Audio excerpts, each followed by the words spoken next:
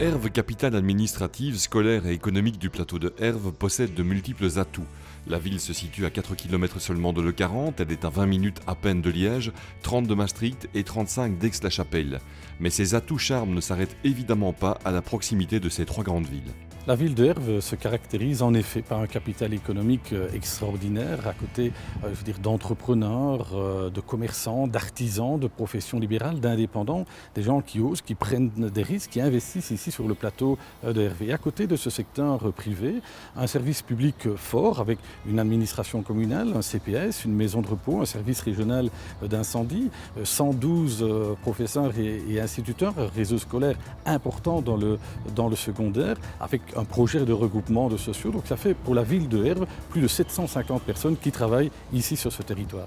À Herve, les zonings sont saturés, mais des projets très concrets émergent, comme le développement d'une ZAC, une zone d'aménagement communal concerté, place de la Gare. Parce que nos zonings sont en effet saturés, et donc nous avons un projet de mobiliser 8 hectares de terrain à côté de la maison du tourisme, dans une ZAC, une zone d'aménagement communal concerté. Donc 8 hectares que nous allons mobiliser pour des PME, pour des entreprises, et dédicacés au secteur agroalimentaire, parce que le secteur agroalimentaire est évidemment un secteur important pour la commune de Herve, mais comme le secteur de la construction l'est tout autant.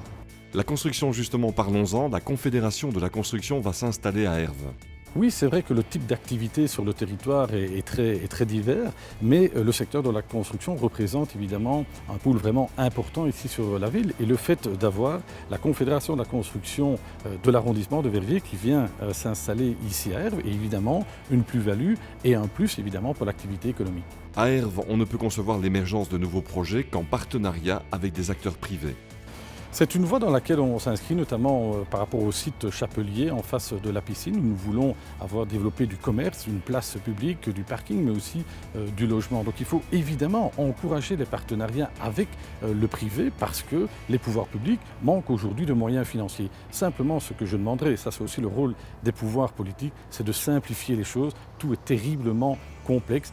Herve est une commune où il fait bon vivre et travailler. Elle possède sur son territoire de belles infrastructures sportives, dont une piscine, des activités et infrastructures touristiques largement fréquentées, notamment au départ de la ligne 38, sans oublier des manifestations importantes et très grand public comme le Belzic Festival ou encore la Foire agricole, le Festival rue du Bocage et la Cavalcade.